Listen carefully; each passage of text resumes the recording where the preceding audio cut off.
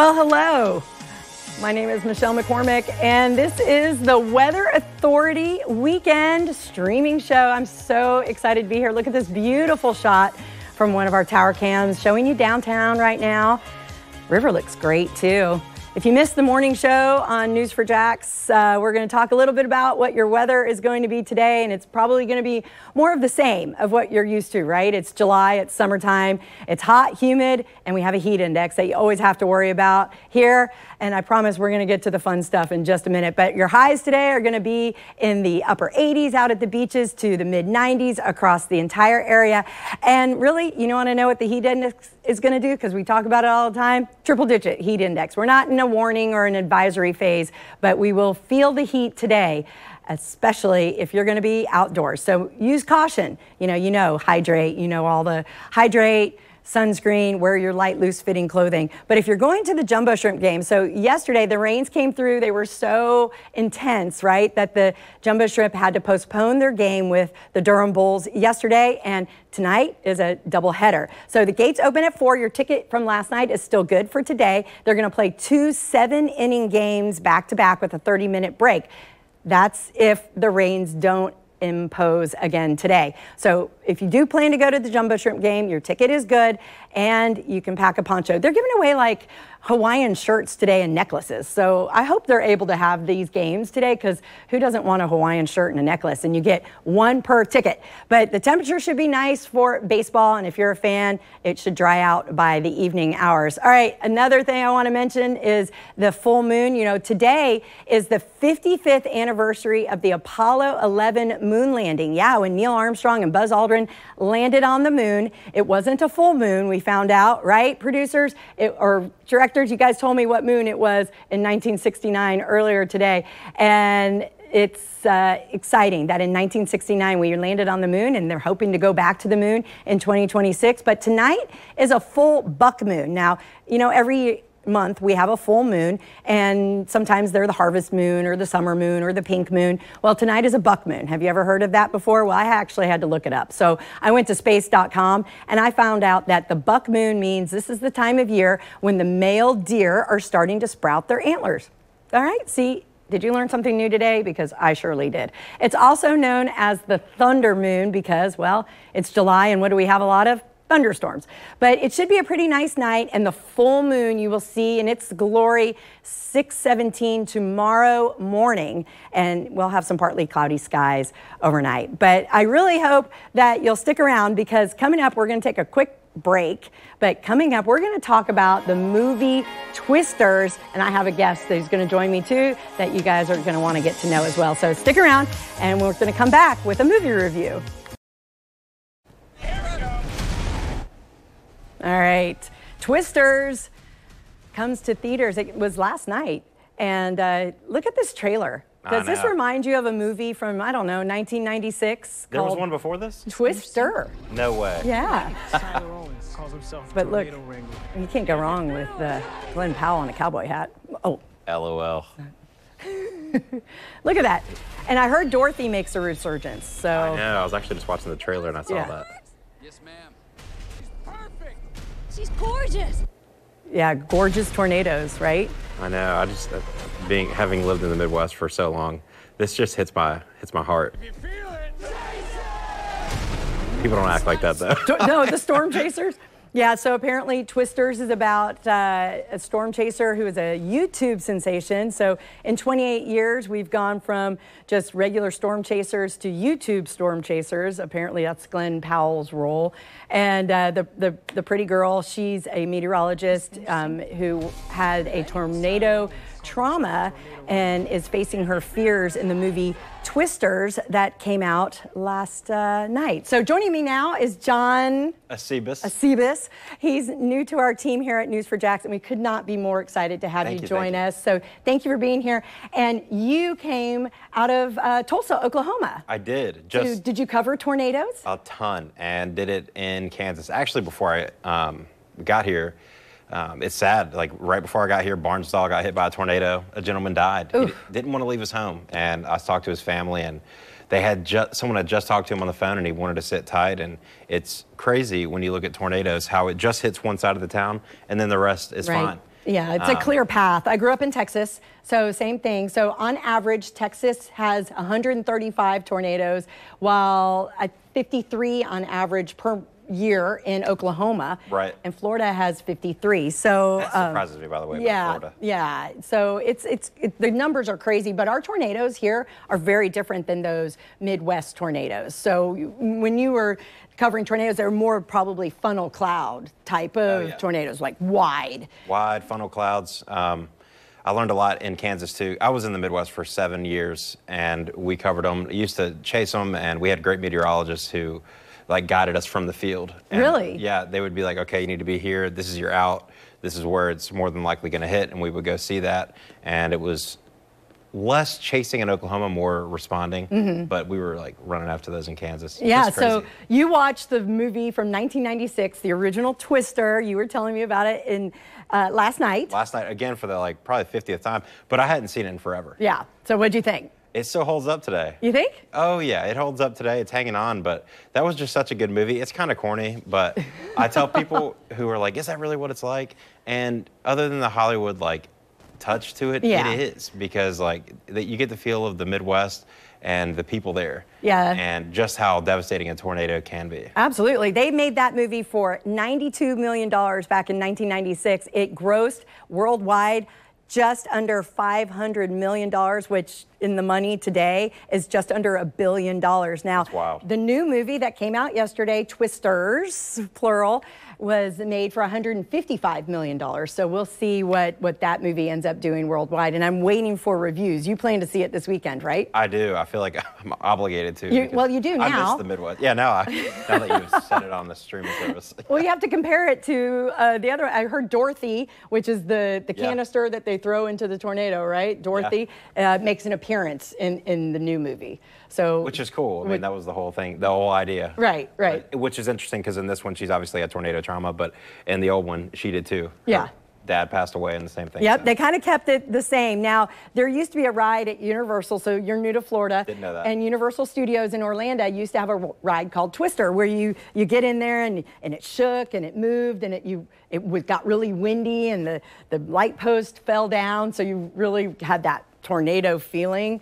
But I think they've recently closed that one. Really? Sadly. So maybe they'll redo it with a ride called Twisters. Oh, yeah, that would be good. Plural. It's interesting. I was reading, too, that the way this is trending to gross, it'll be the highest ranked natural disaster film. Oh, all right. I didn't even know they categorized that. I had no idea. Well, we will continue to follow that. Yeah. But let's talk quickly about how tornadoes form, because we want to talk about that, because here in Florida, we see a lot of water spouts as well. But basically, it's the same principle. So we have a change in wind direction, right? And we've seen it here. It's been behind us for quite some time.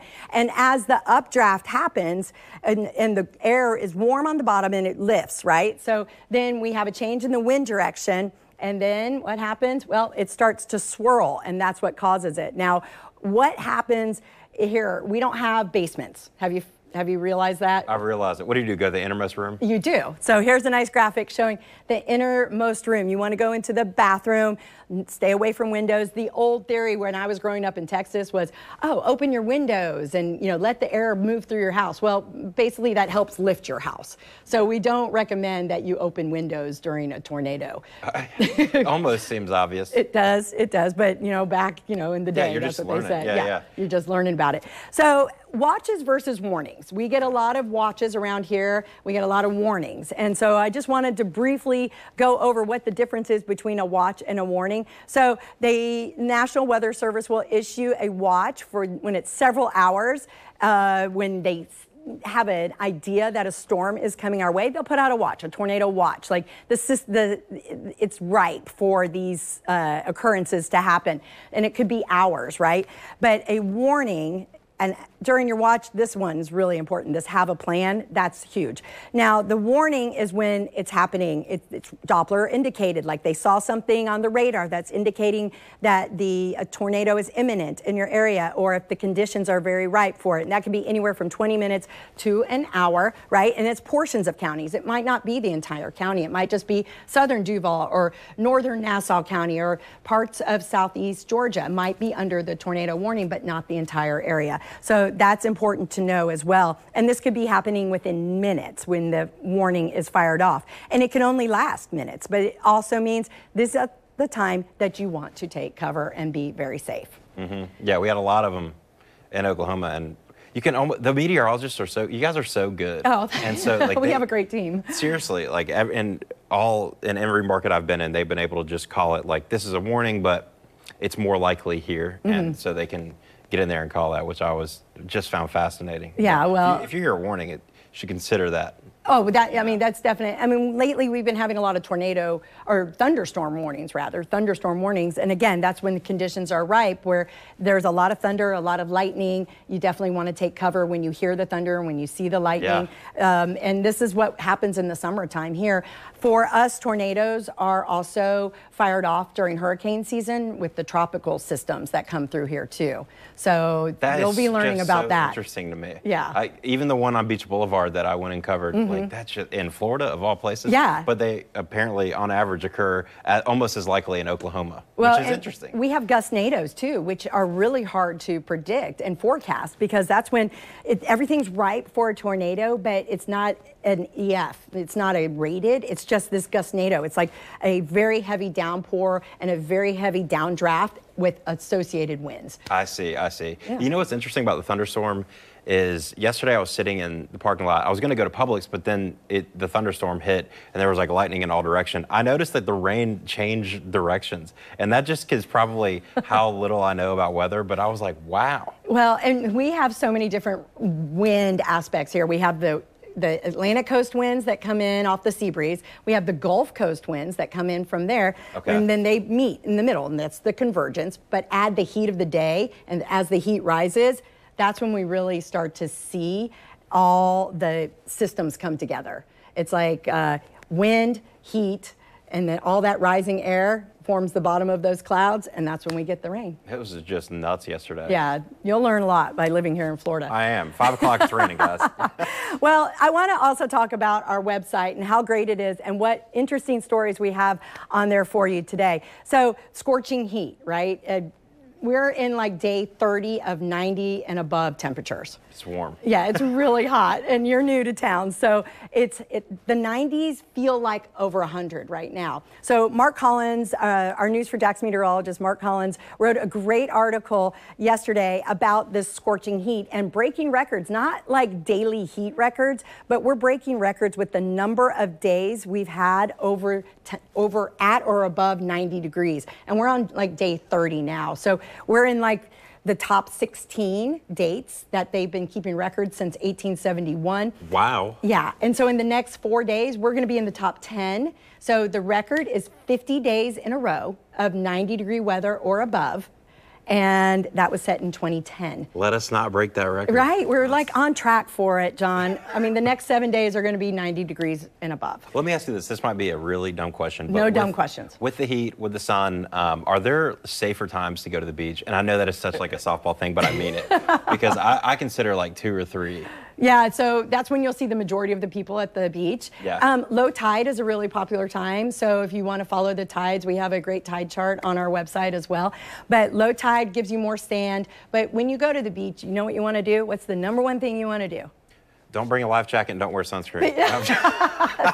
Maybe both of those things. You're making my job really hard. I'm just kidding. No. Do those things. Lots of sunscreen because you can burn under a cloud. We have extreme UV just about every day in the summertime here, and you can burn under 10 minutes, even under the clouds. So an umbrella, those sun shirts are really popular because they have UPF in them. So SPF is the lotion, UPF is what's in your clothing, and you can wear it, and it's a sun shirt, and it keeps you protected, right? Most of the clothing will have 30 to 50 in it, just on that in those sun shirts, like what the fishermen, That's fisher what I was just people thinking wear. of. Yeah, Okay, that makes a lot more sense because you always think they must be hot. No, they're actually breathable, but they're also protecting their skin from the sun. Makes a lot of sense. So the best time to go to the beach, anytime. A lot of people say anytime. We live at the beach, I so love it. anytime's a good time to go to the beach. But it's the protecting yourself, staying hydrated, wearing the sunscreen, light, loose-fitting clothing. Okay. Is a good rule of thumb there. So definitely check out Mark's article. And then he also had an article this week about African dust. I found that so fascinating. Did you read too. that one? I did, and we talked about it on the stream, actually with one of the interns and Bruce.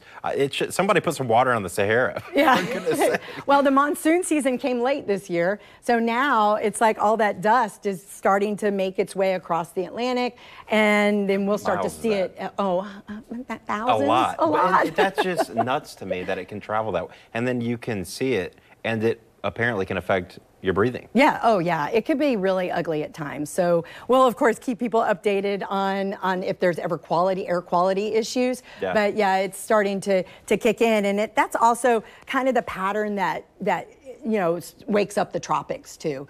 But right now our tropics are asleep. We have no tropical activity for 7 days, which is really nice. We like that. It helps it. It keeps it. Does it quell it? It's keeping it quiet right now. I see. Absolutely. We like that. And all right. So if you're enjoying watching the Weather Authority Weekend with my guest John today, let us know. Send me an email. Send me a Facebook message. I'm WJXT Michelle McCormick on Facebook. I'm M McCormick right here at WJXT.com. I'd love to hear from you and know what you want to hear about on this Saturday show, where I'm going to do it every Saturday at like 10:30. This is awesome and exciting. Yeah, I'm so happy you're here. Welcome to Florida. Thank you. What Thank other you. questions do you have about Florida weather? Just like, when does it cool down, maybe? Oh, okay. December. What is as cold as it gets around here? Oh man, that's a great question. We do freeze, so we will have inland freezes specifically, and out at the beaches it's always a little warmer in the winter. So in the summertime the beaches are a little cooler, inland's warmer, and in the winter it's opposite, cooler inland, warmer at the beaches. But I always hope for at least one freeze. I live in Jax Beach, and that way it kind of kills off all the bugs that tend to come back every year. Yeah. Yeah, the bugs are killer here, I'll tell you that. I was in St. Johns County yesterday, and you're just swatting. Oh my God, I don't even care if it's on camera. Like, whatever. I need sunscreen and bug spray in Florida, I found. When are you on air? Tell everybody when you're on air. Okay, Monday through Friday, 9 a.m. Yeah. And then I report between the 4, 5, and 6 o'clock shows. And this place has just been a blessing. I love Florida, but I feel like I found just the best station. Aww. It's not lip service. When I came and visited, I was like, dude, I have to be here. And I've just enjoyed everyone here so much. Well, thank you for being here today. And Oklahoma, it's not that far, but it's just a very different environment as far as weather is concerned. I grew up, like I said, I grew up in Texas. I wanted out of the concrete jungle, and I've been here. I felt that. I've been here 25 years, so muddy water out there. Yeah, Jacksonville has a way of like keeping you here and planting some roots. I love it. So welcome. Thank you. All right, well, thank you so much for watching our first edition of Weather Authority Weekend, and have a great day.